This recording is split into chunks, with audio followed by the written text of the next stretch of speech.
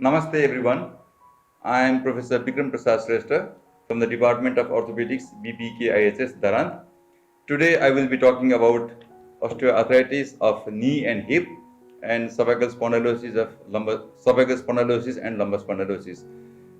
This talk is mainly aimed at the interns of BPKHS, but I think it will be useful to most of the general practitioners as well. I will be limiting my talk to the clinical features, investigations, and management of osteoarthritis of knee, hip, cervical spondylosis, and lumbar spondylosis. There are a few things that you will need to know to make a general concept about the degenerative conditions. So this is mainly osteoarthritis is mainly a disease of cartilage, and it has been classified into primary and secondary, like most of the other diseases in medicine.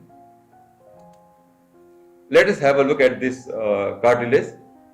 On the top figure, you see that there is a head of the femur which is normal, and if you look at the thickness of the cartilage in a cross section, the cross section shows uniform thickness of the cartilage. On the lower figures, you see that the cartilage has been eroded and the bone has been exposed.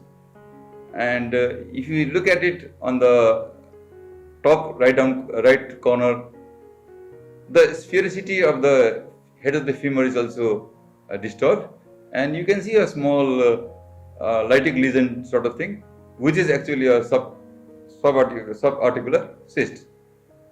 So the above diagrams that are that of normal and the lower ones are that of osteoarthritis. We need to know few clinical features, few pathological features of osteoarthritis and the radiological correlates. Number one is there will be focal areas of loss of articular cartilage and visibly manifested on X-rays as narrowing of joint spaces.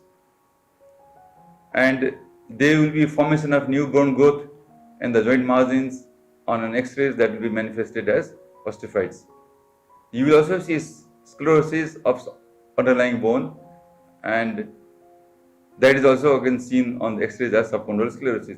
Now, whenever there is stress to the bone reacts by forming more bone. So this osteophytes formation, subcondylar sclerosis are the body's reaction to the stress that the bone has undergone. There will be cyst formation in underlying bone, so that are seen as bone cysts. And after the cartilage is lost, if there is still movement, even the underlying bone there will be loss of underlying bone, and that is also seen as bone attrition. Now, there will be varying degrees of synovial inflammation, which on X-ray will be seen as increased in joint space rather than decreased in joint space. And there will be fibrosis and thickening of joint capsule, which will not be seen on X-rays, but that will cause decrease in the terminal range of motion. Let us have a look at this box here. It shows some systemic predisposition and local factors. Genetics, age, gender, and obesity, they have a very important bearing. Genetics, we all know, as the age keeps increasing, the chances of getting osteoarthritis also increases. Females are more prone to develop osteoarthritis, and obesity is a factor which increases the chances of getting osteoarthritis. If there is an abnormal joint shape and size, for example, as in a case of, let's say, hip dysplasia, because of the abnormal shape of the joint, the chances of getting osteoarthritis increases, which we call secondary osteoarthritis. If there has been a previous injury which has affected the joint, then that joint also will be prone to develop osteoarthritis. If there is a neuromuscular problem, because of the problem, the muscles supporting the joint will be inefficient, and that will give rise to stresses in the joint, and again that will give rise to osteoarthritis. Obesity increases the loading on the joints, and so that is also one very important cause of osteoarthritis. Any occupation in which there is increased loading or repetitive use of a particular joint will give rise to osteoarthritis. For example, people who use their fingers too often, they are prone to develop osteoarthritis of the interphalangeal joints. Any person who carries heavy weight on their heads will be prone to develop cervical spondylosis, lumbar spondylosis, hip osteoarthritis, and knee osteoarthritis. That is because of the increased loading. And bone mineral density has an inverse relationship to osteoarthritis. If the patient has osteoporosis, the chances of getting osteoarthritis becomes less. In our parts, knees are the most common joints to be involved, and followed by cervical and lumbar spine, and then hip. And interphalangeal joints are the least. In fact, no of the other joints are exempted, but these are mainly the common ones. After middle age, the chances of getting osteoarthritis increases, and osteoarthritis has a intermittent course. There will be periods of remission, there will be periods of exacerbation. But as the disease advances, the period of intermittent remission gradually becomes shorter and shorter, and the period of exacerbation increases until there comes a point of time in which the patient will complain of pain throughout. This is a figure to be seen very carefully. You see that there are two circles with a bit of overlap. On one side you have osteoarthritic symptoms, on the other one you have radiographic osteoarthritis changes. But there's a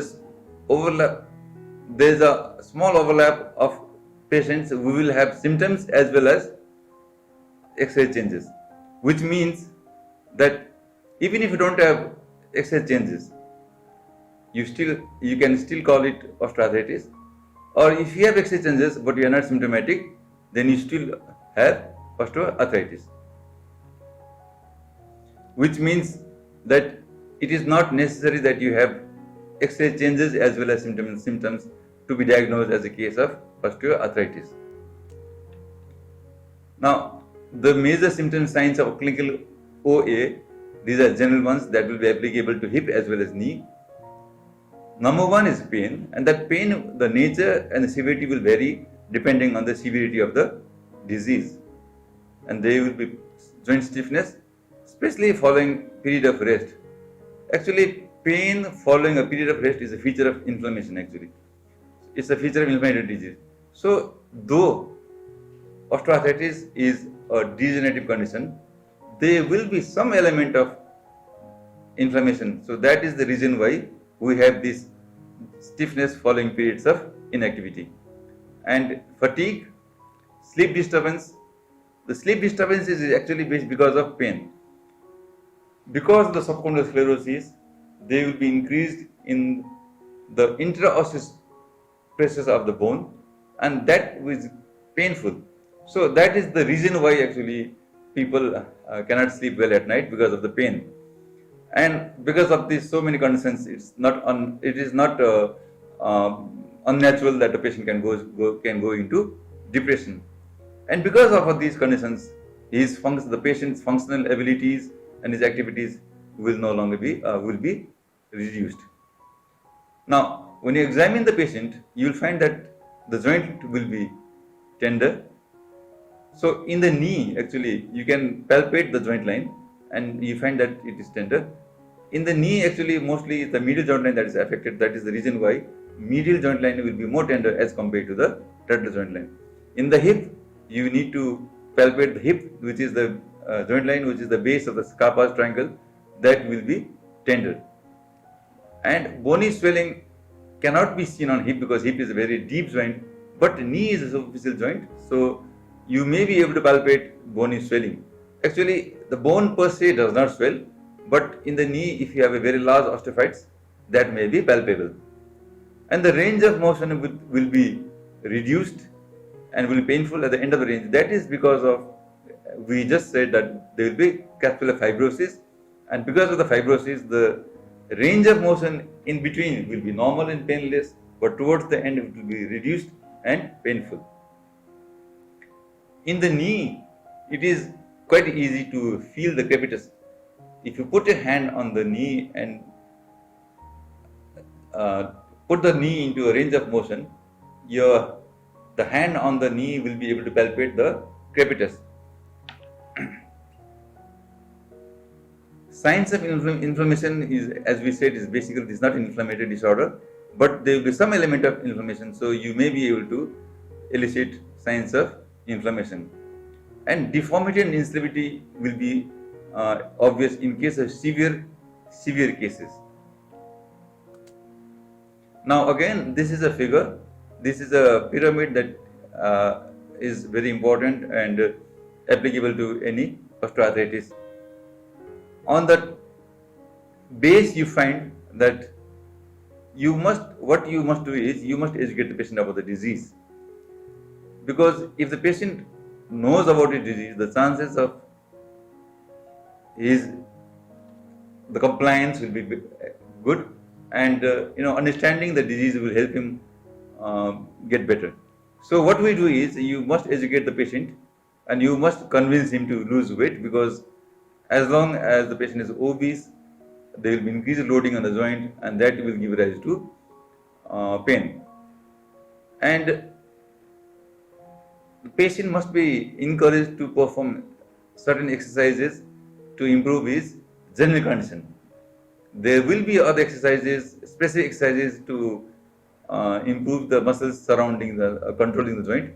But here we are talking about exercises which will improve his general condition. For example, swimming, if it is possible, swimming is a very good exercise. Otherwise, even just walking can be a very good exercise. And the patient has to undergo some lifestyle modification. We will come to that in the coming slides. If this does not work, then you will have to step up. The stepping up is that patient will have to start taking analgesics, simple analgesics as OTC drugs, and the patient can also apply topical agents like ointments or liquids which will relieve his or her pain. And again, you need to modify lifestyles. Now, modification lifestyle would mean anything that would give rise to pain. For example, in the case of knee osteoarthritis, the patient will have pain on squatting and sitting cross-legged or using the stairs. So, the patient must be told that he or she should not sit on a ground level, should sit on chairs or at height. And most of us who have been using Indian style pan, actually, if you use pan because that needs squatting, it is going to be painful. So lifestyle modification would mean using commode instead of pans. So these are some of the examples of lifestyle modification. If this does not work, then it is time that a physician or a doctor or orthopedic surgeon needs to see the patient. So from here onwards, it has to be supervised. So we as orthopedic surgeons, as general practitioners, or interns, what we can do is we can start prescribing simple analgesics. NSAIDs are the most common analgesics used. NSAIDs are very useful. There is no one NSAID which is superior to the other one, but there are NSAIDs which are used for mild to moderate pain and others which are used for moderate to severe pain. There's one thing that you need to know. If you have prescribed an analgesic or NSAID or any analgesic for that matter, and if it does not work in 3 days, it is not going to work in 1 week. So this knowledge will help you to save time. You tell the patient that if it's in 3 days time your pain starts to decrease, please see me after 1 week. If it does not decrease, then you either meet me directly without waiting for 1 week, so that you can change the analgesic. And as I said, I repeat, some patients respond to one analgesic and the others respond to others. So there's nothing like this is a good analgesic and there's a bad analgesic. So one which may work for one person may not work for the other person.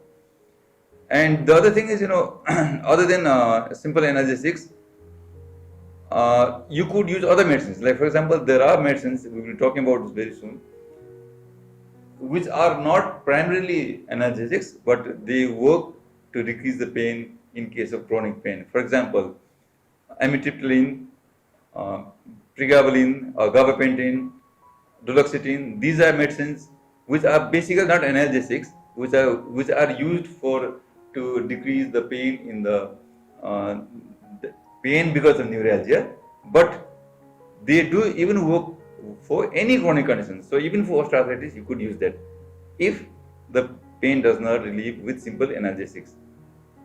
And you need to start physiotherapy. Here you need to tell the patients to teach specific exercises to improve strengthen the muscles which control a particular joint. And you need to start prescribing orthosis. With orthosis would include one of the most commonly used orthoses would be kneecap. Kneecap does not support the knee mechanically, but it does improve your patient confidence of the patient, and it does bring about some degree of comfort. So it should be orthosis is a very good thing to prescribe. One thing that needs to be taken care of is kneecap should not be so loose that the patient does not have a feeling of being something being applied on his knee.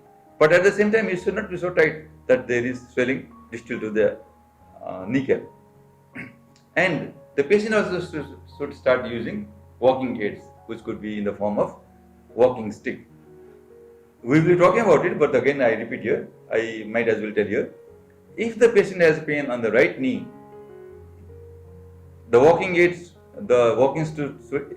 stick should be taken on the left side, because if you take a walking stick on the left side, your body will lean towards the left side, thereby relieving the load on the right knee. So similarly, if you have pain on the left knee, the patient should take his walking stick on the right side. And if that does not work, even if this does not work, then you may need to inject steroids. That steroids actually does not change the course of the disease, but it does give relief, and that relief sometimes could last for months. So it's a good idea to inject local steroids if the simple analgesic does not work. The reason why we need to relieve the pain is because with pain the patient cannot exercise, and without exercising you cannot strengthen the muscles, and without strengthening the muscles you cannot move ahead. Now if nothing works, then you have no other option other than surgery. So we will be talking about surgery very soon. So this was what we talked about in general, but now we will talk specific about ONE, and because many things we have already talked, will be repeated, so we will hurry. So as we said, females are more commonly affected than males.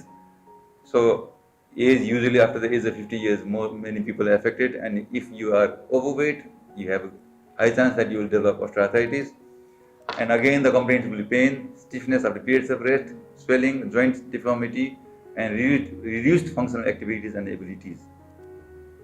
On examination, you might be able to find swelling, and that swelling will be mostly found during exacerbation, because during exacerbation there will be effusion, and during effusion there will be swelling of the knee. And deformity, mostly for knee, it is genu vara, because knee is divided into three compartments. This is the medial compartment, lateral compartment, and the patellofemoral. Medial compartment means the medial tibiofemoral joint, lateral is lateral tibiofemoral joint, and the third compartment is patellofemoral joint. So in knee OA, it is the medial compartment which is mostly affected. So that is the reason why you get genu vara. But you might once in a while you might also get genu valgum. And you will find quadriceps wasting in long-standing cases. Actually, it's not just quadriceps wasting. Any muscles which are not used because of pain will eventually go into wasting. But quadriceps, we are talking about quadriceps because for knee, quadriceps is an extremely important muscle. And they will be local tenderness, and in case of knee, it will be joint line tenderness. You can palpate the joint line medial laterally, but as we said, the medial joint line will be more painful than the lateral part. And you may get effusion, which can be tested by patellar tap, and they may be synovially thickening. Saneable thickening is a test. Is if you want to see whether the saneable thickening or not, there's one very simple test.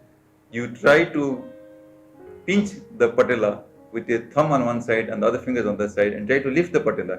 If you can do so, that means there is no saneable thickening. If you cannot do so, then most probably there is a saneable thickening. And as far as osteophytes are considered, because knee is in superficial joint, you can palpate the osteophytes, but it will not be possible in case of hip. The range of motion will be restricted terminally, and you may be able to palpate crepitus. And there may be joint instability in late cases because of loss of cartilage and bone, capsular contracture, and muscle weakness. Now, on X-rays, there are 4 features to be seen on X-rays, and this is something that we must memorize, or we must remember for good. Number 1 is osteophyte formation.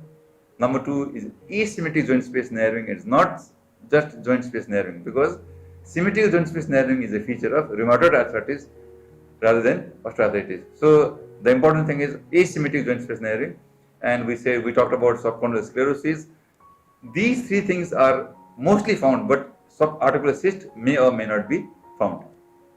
Now let us have a look at this photographs. On the left side you have a normal X-ray in which you do not find any subcondylar sclerosis, no osteophytes, joint space are more or less equal on both sides.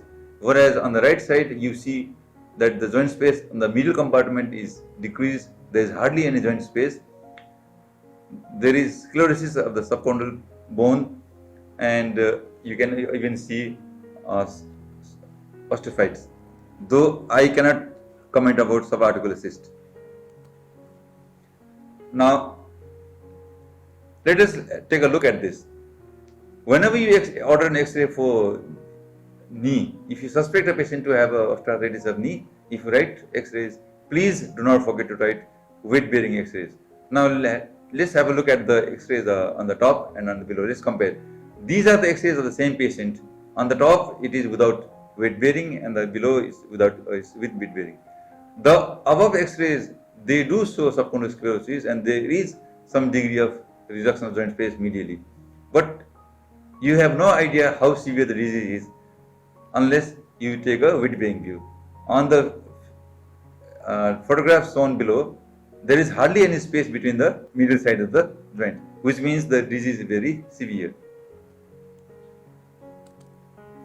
Now, mostly we look at tibiofemoral joint, but once in a while you can also get patellofemoral osteoarthritis. So on the left side you have a normal where there are no osteophytes, no sclerosis. On the right side you have a joint, patellofemoral joint, which is not normal. There is sclerosis and there is decreased space also. So treatment can be non-operative and operative. So treatment would be to give good information about the disease, and you teach about muscle strengthening exercise. For the knee it would be quadriceps, hamstrings, gastrosoleus strengthening exercise. Now if you meet 10 different orthopedic surgeons from 10 different places, all of them will teach different exercises. But what is important is, are these exercises intending to strengthen the quadriceps, hamstrings, gastrosoleus? If they are doing that, then which exercise is being done is hardly matters. The important thing is these muscles need to be strengthened. Now, generally it is always good to combine isotonic exercise with isometric exercise. Just doing isotonic alone or isometric alone is not useful. So please try to combine both exercises. And we need to lose weight, because otherwise we will be unnecessarily loading the knee joint. And we have talked about taking walking stick and also kneecap. Now this is an example of quadricep exercise in a sitting position and in a lying position. It doesn't make a difference. As I said, are you strengthening your quadriceps? Are you strengthening your hamstrings? Are you strengthening your gastrosoleus? How you do it is not important.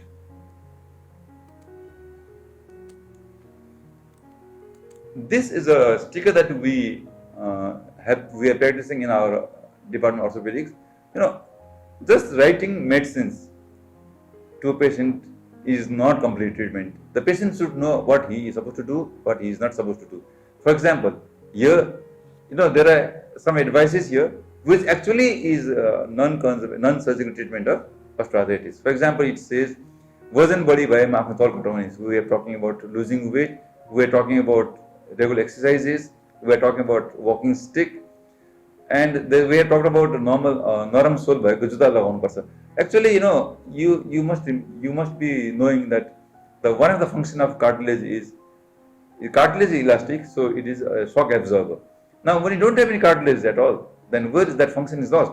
So what you can do is, if you wear a slipper or a shoes which is a little thick on the sole side and which is elastic, then some movement of the cartilage may be performed by that sole of the foot, sole of the shoe. So we had talked about analgesics and hot water fermentation. Out of 90 out of 100 patients will benefit from hot water fermentation, but if it does not, then you can always try cold compress. And the patient, we have सिडीमा उकालो ओह्रालोमा हिँड्नु हुँदैन means it's a modification lifestyle activities. Actually, if a patient has a severe OA, then it is advised that he should stay on the ground floor rather than using stairs, and he should not sit on the ground, and he should start using commode instead of Indian pan. And if all these things don't work, then he or she should be ready for total knee replacement. Now, if you need to inject steroids because it's not responding to analgesics, then you have a choice of using methylprednisolone or triamcinolone acetate. You can inject 2 ml of dipomedrol or Kinacort. You combine that with 1 ml of lignocaine, 1% or 2% lignocaine, and you inject it. In the knee, it is easy, it's not difficult, but that is not done in for hip because hip is a deep joint, it's very difficult, and we don't do it actually. But in the knee, it's not a problem. But there's one thing that I need to tell you, that there's in the initial days when glucosamine and chondroitin sulfate was new, almost every person was prescribing this. But now it has been established that glucosamine and chondroitin sulfate is useless, so it should not be used because it's a total waste of time. And these are called nutraceuticals, and it is expensive also. It's not a good idea to prescribe this. NSAIDs are to be avoided if the patient has a acid peptic disease or patient is on antihypertensives, because if you take an NSAIDs for more than 5 days, the patient's antihypertensive will become ineffective, and the patient may have increased blood pressure, and that could give rise to other complications. So if the patient is not fit for NSAIDs, then we don't have a choice of too many medicines actually. We just have tramadol. So you can use tramadol or tapentadol. The problem with tramadol and tapentadol is that it